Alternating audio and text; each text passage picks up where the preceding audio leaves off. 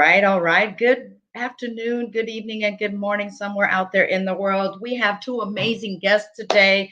This is Real Talk with E.V.E, and I am just in awe because these are some very busy people that I just have to like hurry up and get the amount of time that they're available to come on. So first, we're going to bring up this wonderful gentleman. He is the co-founder of Rahab's Daughters, and we also have Miss Carissa. So we have Donardo Ramos and Carissa Dahik, and of course, they're amazing people.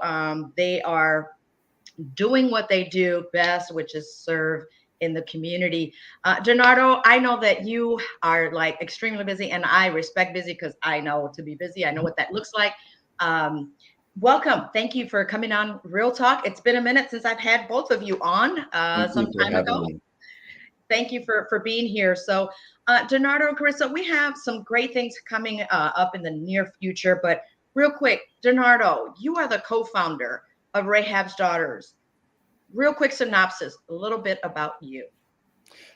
So not a whole lot to tell, I don't think. So I worked with human trafficking now for about 20 years, 2 decades or so. Started out with us working to eliminate children being used as mules. And then I sort of graduated, if you will, into the full aspect of what human trafficking really entails, which is for Rahab's daughters, sex and labor trafficking.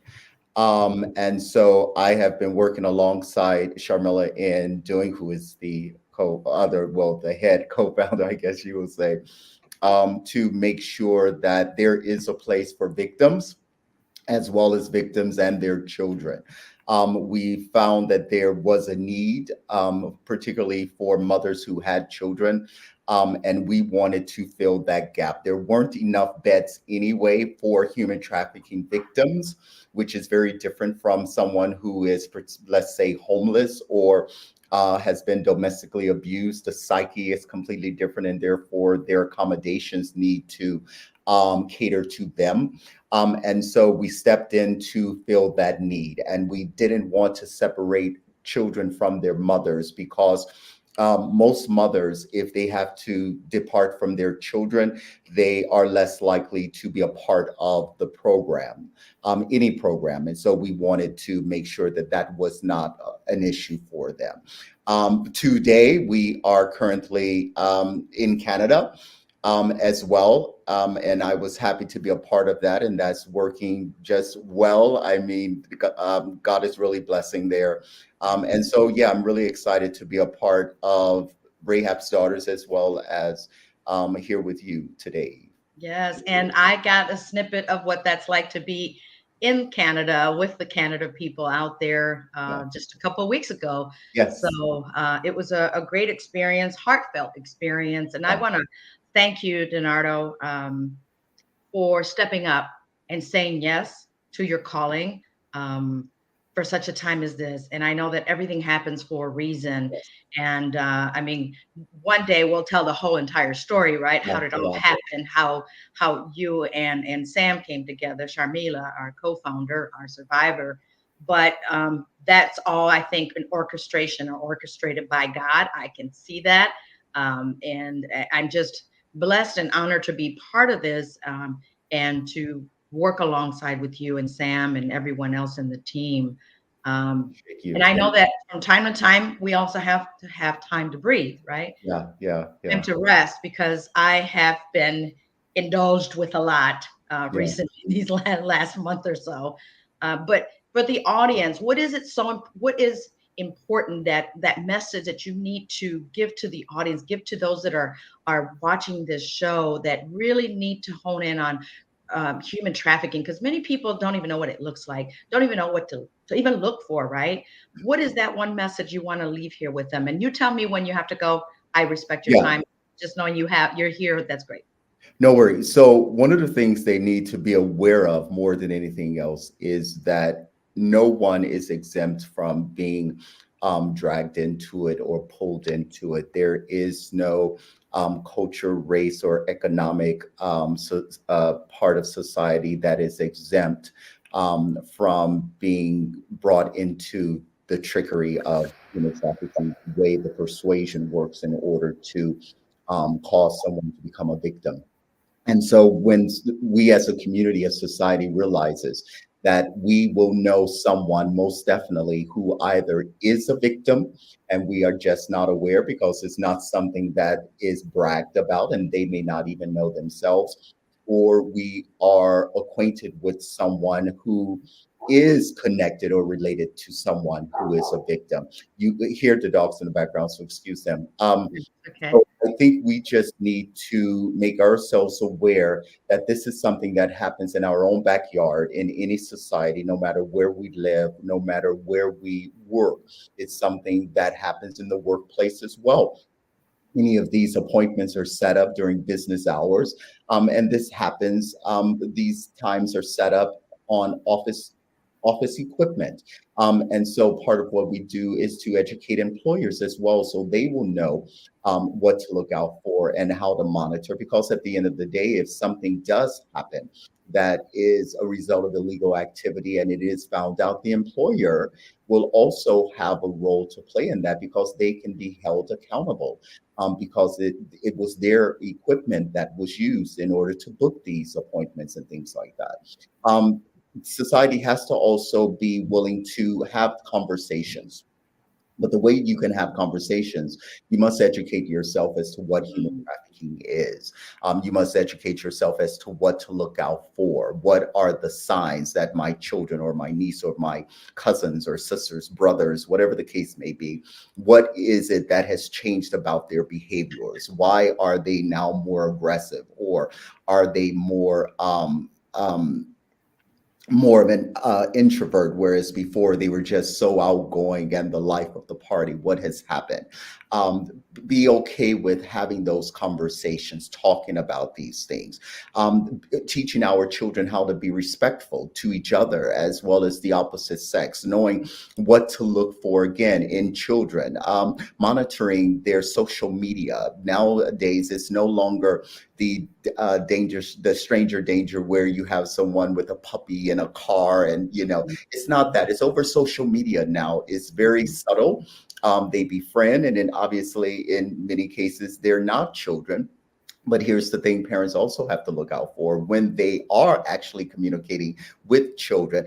Remember, children are used to groom other children. So a mhm, trafficker will take a young child, and train them and teach them everything they need to know and give them benefits so that they will be encouraged to groom other young people. And so now you have teenagers and adolescents, over social media in malls, scouting, if you will, for that person who looks to be a loner, who looks to have had a disagreement with family members, a runaway, someone who is not the life of the party, if you will, and they will try to gain a relationship with them as a means of grooming them, for human trafficking. And parents really need to be aware of this. The idea that this will never happen to my child, mm, it's beautiful to hear, but unless there are some things that are put in place, conversations that are had with children, that if something like this would occur, these are some things that you can do. This is a number that maybe you should keep on your person just in case you have an issue and you cannot reach your mom, your dad, your grandma, whoever your guardian might be. Numbers to organizations like Rahab mhm, Daughters, the law enforcement number 911, as an example, since most children today do have mobile phones. So these are things that we need to really put in place to safeguard our children. With that being said, it's not just children who are victims. right.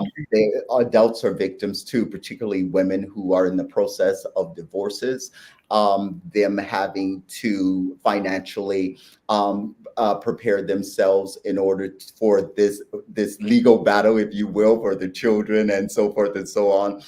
They take jobs, and sometimes they may compromise their integrity, in order to obtain certain employments. And what they're not aware of is that some of these employers are videotaping them and Mm, then use that information to threaten them to do what it is that they want them to do. Other than that, they will release this information to either the ex or the courts or whatever the case may be. And so we really just need to be aware that no one is exempt, children, men or women.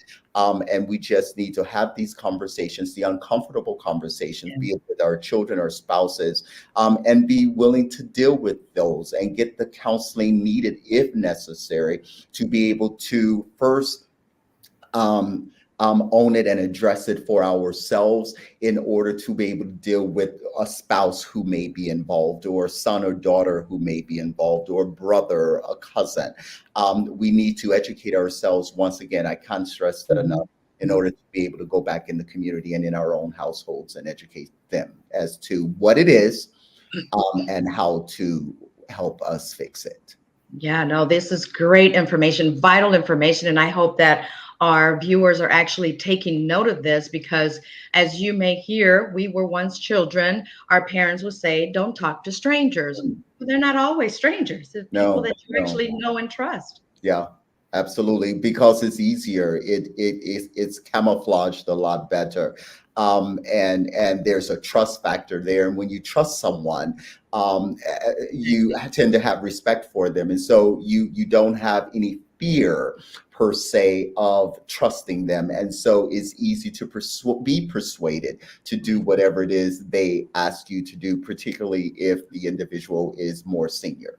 Exactly. So real quick, you as a father, you know, we have moms against trafficking, dads against trafficking, dogs against trafficking, right? What's that message that you want to leave here to all the fathers that have children and wives, obviously, you know, because it could be their wife, right? What's that one message you want to leave them with? Well, I think both mothers and fathers need to play a role in it, but dads in particular, being a dad, I think we need to not leave the care and the education of society to others. We need to step up and be a protector of our children. That means we need to not just provide food, shelter, clothing, all the things that parents do today, but we need to be present. The idea that the emotional sensitivity side of children being able to speak to the mother in regards to what they may be afraid of, or what may be bothering them, or who is bullying them, or things that they may have fear about. The idea that those types of things are only to be discussed with the mother has to be done away with. These are conversations that dads need to be involved with as well. And I always tell people, dads in particular, if you are too masculine to hear your sons and your daughters' tears, and what I mean by that, what it is that is frightening them, causing them to be fearful, causing them to cry, those weaknesses and those vulnerabilities, if you are too manly to hear those, then I think we need to really check manliness. Because being a man, not only can you be one who can get into the ring and fight for your family, but you also need to be able to cry with your family. And if you are unable to do that with your daughters in particular, then someone else will fill the gap for you. And that is the individual who your daughter will have that confidence in, and will be open to listening to whatever this person is saying. And you don't know where that conversation will lead. Right. With being a dad who is able to be well-rounded in every aspect of your children's lives, means that your children will be able to confide in you. They will be comfortable with confiding in you. And when they have an issue, it's not just mom and that they go to. And so if mom isn't available, you've distanced yourself from that emotional side of it. So they'll find someone else, this boy at school, this uncle, this cousin, this best friend that they grew up with. They'll confide in someone, and you never know who that person really is or who that person is connected with. But if you as a dad has yourself open for this communication, and they can trust you and know that they always have the ability to come to you because you are a dad with an open door policy, then you really won't have that concern. Because when people know that the dads are involved, there are just some things that aren't going to happen because they know for the most part, dads don't play.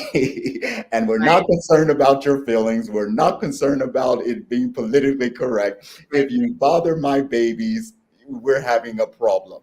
And Mm, so just knowing that your sons and your daughters in particular are able to go to their dads, they communicate that. Children talk, they talk to which parent that's they right. go to for things. And all of a sudden to hear, oh wait, you talk about these things to your dad, your dad is involved in this part of Right. your life, that will deter so Mhm, many things and mhm. so many people who are of negative influence. So dads, be a part, don't be do everything you're doing, that's great, but you also need to step it up, in my opinion, to make sure that people know and your children know that there is no aspect of your children's lives, your family's lives, that you will be too manly to deal with.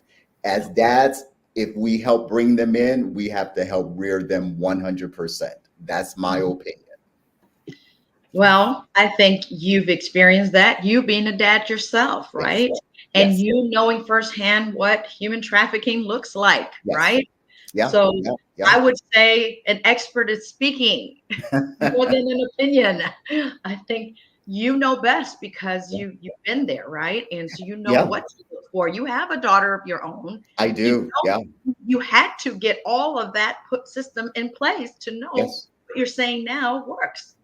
I had files on the acquaintances of my child, when there was someone I was not aware of, didn't know anything about them, and even those I did, I kept files on who they were, who their parents were, what they did, what kind of associations they were, the communication, their contact information.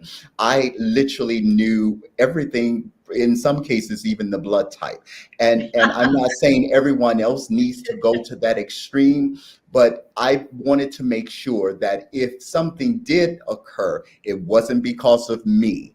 Right, And right. bless God, I can say that He has really blessed us in regards to the safety of our child in relationship to that. No, that's awesome. And I hope that the dads and moms heard everything you just said because you've been there, you've done it, and you're telling them this works. It This is does. what Yeah. I'm doing. Yeah. Some parents may say, well, that's a little extreme. No, you really have to know. I mean, from way Yeah. back, you really Yes. have to know who your children hang around with Yes. and how they behave around those same friends and Absolutely. how they behave without them. That Mhm. gives you a little notion of something to do with those friends. But first of Yeah. all, know their parents because their Yes. parents could be the traffickers and their child could be who helps bring you in, bring the child in. Absolutely. And go. 100%. We know someone that happened to that, right? That happened Hmm. to them within our organization. So you Hmm. know what to look for, Donardo. So I appreciate every Thank you. insight, everything that you've brought here, these tips. People, don't Thank take you. this lightly. If you want to have anything else to say, I'll give you the floor one more time because I know that you are short of time. Yeah, And I yeah, I do have to go. I pretty much said everything. Just make yourselves aware, dads and moms, make yourself available. There is nothing that you can work so hard for to give your children if you cannot make sure that they have peace of mind. So that is the most important part. And part of making sure of that is to safeguard them in every aspect. Yeah, will children be happy? Probably not, but it's not our responsibility to keep them happy all of the time. It is our responsibility to make sure that they are safe. right, to keep them safe. And that's that cliche, it takes a village to raise a child. Well, it Mm. takes a village to save one. Okay. Absolutely. Absolutely. Thank you so much, Thank Mr. you. Ramos. Appreciate your time, appreciate your knowledge, and giving the insight here to our viewers at Real Talk because this is some real talk. People don't like having these conversations. Yeah, It's like, yeah. is it really happening here in our Mhm, community? You bet your mhm. bottom dollars it is. Yes, You just yes, don't know what to look for or what it looks like. Thank you yes. so much, Nara, for your time Thank and your you. expertise. We appreciate you. Look forward to seeing you soon. I'm sure I will. Lord, Absolutely. Take care, guys, thank you. everyone. Thank Have you a good so one. much. Bye-bye. You too. Wow, that was great information, Carissa. It really And was, so yes. once once in a while we get to have some fun, and this is your part because you deal with the community, you engage with people, and get us in doing some fun things to raise dollars for Rahab's, right? First of all, how long? Tell us a little bit about you and how long you've been with Rahab's. So I've been with Rahab's. I got familiar with Donardo and Sam at the end of 2019. So my first event with them was their gala, their annual gala. And then after that, I decided to volunteer with the organization. So in the beginning of 2020 is when I served in my first Super Bowl call center. So that was really eye-opening. And then since then, I've continued to serve and moved into the volunteer position as U.S. Community Engagement Manager. So it's been really neat to see them expand here in the U.S. and now globally. Yes, it is exciting. I guess my next trip will probably be in London because that's where we're working on next to opening up. And I know that there's been some movement out there, some outreach. Shout out to Sam as well for making it happen out there. But want to thank you also, Carissa, so that you're able to open the doors to go into the sports place because that's where trafficking happens, folks, right? And with Super Bowl just around the corner, people are like, the Super Bowl? Do you mean, yeah, right? So yes, any major event will bring in the issue of human trafficking. So. Most definitely, most definitely. And I know that I had the pleasure of joining you and some of the team members and families at the baseball game out there was it Schaumburg or was it Barrington? Yeah, Schaumburg Boomers. Yes. Schaumburg Boomers. Yeah, that was fun. And so now we have another event coming up with the Chicago Wolves. What? This will be the first hockey game that I get to experience. Tell us about that and how the viewers, our listeners, can help in on that. Yes. So obviously the issue of human trafficking is a very dark and heavy issue, but we like to have events where people are having fun while they're being informed and helping to support a worthy cause. So that's why I'm doing things like baseball outings and now a hockey outing. So that will be with the Chicago Wolves on Saturday, October 12th. It's going to be their first game of the season, so that's going to be exciting. And if people want to join us in the suite, there's still an opportunity for them to do so. What we are asking is that in lieu of purchasing a ticket, they go to our website and make a generous donation. And I mean, it's really of any amount, but it's also helpful, especially since Rahab's Daughters has recently opened up a safe house. So we're in needing of many resources. Yes, most definitely. But you can do both the same. Join us at the suite and donate, right? 100%. And as you see at the bottom of the screen, the website is there. Go to rahabsdaughters.org. And let's skip a coffee or two, a latte or two a month, right? And donate, but come and have some fun with us too. Exactly. And how can they do that? Well, yes. So if you're interested in going to the hockey game, then you can reach out to me directly to let me know that you want to go. So because there is still space available and we can always add on tickets if we need to. So right now we're at about 11 people, but we definitely can add on if necessary. So you can reach out to me. I have a profile out there on LinkedIn, and then also my Rahab's Daughters email is. Give me a second. I mean, it's not Carissa and your last name at Rahab's Daughters, or is it Carissa? It's Carissa at rahabsdaughters.org. Yes. Yeah. Carissa at Rahab's. And how do you spell your name? One S, two S's, It's there on the screen, CARISSA at rahabsdaughters.org.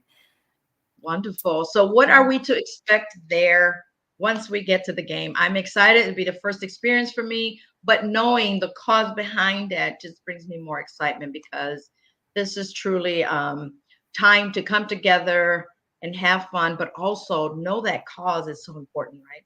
Well, 100%. I mean, we have volunteers that are literally on the front lines of this issue. They're doing street outreach, they're at events, they're working the call center, but we realize that that's not for everybody. There's a lot of things that I myself don't feel comfortable participating in, but there are things that we can do, and that's what we need to focus on. So if you're not able to work the call center or willing to be on the front lines, you can donate. You can attend these events. You can share our ministry with others. So all of that helps. It does. So It does. that's a big purpose behind these events. And even the people that I'm reaching out to coordinate these outings out in the community, it's informative for them. They hear that I'm with Rahab's Daughters and it's an anti-trafficking organization. And right away it's like, oh, I've heard about this issue. And it gives me an opportunity to talk about more about the issue and about what we are doing. That's right. And they're probably surprised, just like when I first heard Donardo in 2017 or 18, saying that the most rescuing happens to be at the Super Bowl or big sporting events. I was like, what? You don't think like that. So I'm sure that in you sharing that information, it's keeping them an eye open, or it's an eye opener to them and saying, wow, so this could possibly be happening while we're at this game. Absolutely. And that's what it's really about, and hearing Donardo talk about keeping the children safe and our loved ones in general safe. It's not about being paranoid. It's about being informed, staying aware. And if you see something, say something. And you may not always be in a safe position to intervene, but you can definitely reach out to people who can handle it. Law enforcement, advocates, security there at the event. We had somebody that went through our call center training, and because she had the general anti-trafficking awareness, she brought that information home to talk to her girls about it. Not to scare them, just to let them know, hey, I sat through this training and I realized some things that I didn't, realize before. She shared it with them, and fast forward several months later, her two girls are on spring break and they go through a major airport, and right away they're approached by men. And because of what their mother had shared, they realized something's very wrong here, and they were able to get to security and get themselves into a safe spot. So it is literally happening everywhere. And the more informed you are, the safer you are. Yeah. As I always say, be aware of your surroundings. Be 100%. aware. Do you even know who's around you? Do you even know how many people are in that room where you are? Do you even know what they look like? Do you pay attention to that? Do you pay attention to how far that front door or back door is from you in case of an emergency, right? Exactly. I mean, that's just basic awareness, right? Know your exits. Yeah, 100%. What is going on around you? And put the phone down from time to time, look up, especially with the children. I mean, just don't make yourself an easy target. That's right. That is so important. And that's just a part of general safety. That's so true. Yeah. So one last time, how do they get a hold of you, Carissa, or how can they get involved and join us at the Chicago Wolves game? And when is it again? Yes. So it's Saturday, October 12th. And I would like to confirm our number as soon as possible. So we still have some time to do that. So you can reach out to me with a direct message on LinkedIn. We have a post circulating out there with a video that tells a little bit more about the event. And you can also send me an email at carissa@rahabsdaughters.org. So once I confirm that we have received your donation, I will set a ticket aside for you. Thank you so much, Carissa. We're at the end of our show here on Real Talk with E.V.E. This is some real talk that many of you need to have at home or at your place of employment, because there's some major labor trafficking going on in hotels. I won't mention names right now, but I'm sure once there has been any legal activity as far as courts, as far as lawsuits, you'll get to hear about that, right? Once it comes to light. But as Carissa said, when you see something, say something, but I'm going to take a step further and say, do something. Join the movement, get involved, bring awareness to your community. Invite us to come in and educate your school, your community, your law enforcement, your church. Get a hold of us, Eve at Rahab's Daughters or Carissa at rahabsdaughters.org, and make a difference. Because one person at a time, you know how many people we can cover? It's awesome. So thank you once again for coming on, Carissa, for making time to be on this show on Real Talk with E.V.E. And so I look forward to seeing you soon. Yes, darling. I'll see you October 12th. Yes, Lord willing. Thank you once again for your expertise and for your involvement at Rahab's Daughters and for coming on. Thank you. Thank you. Wow. This was an eye-opener for you, I hope. And so with that, folks, I do have to go as well. And it's been real. It's been fun. Gotta go. Gotta run. We appreciate you to come on and listen and take the time to take note of what's really going on in your community. With that, peace. Have a good evening. Take care. God bless.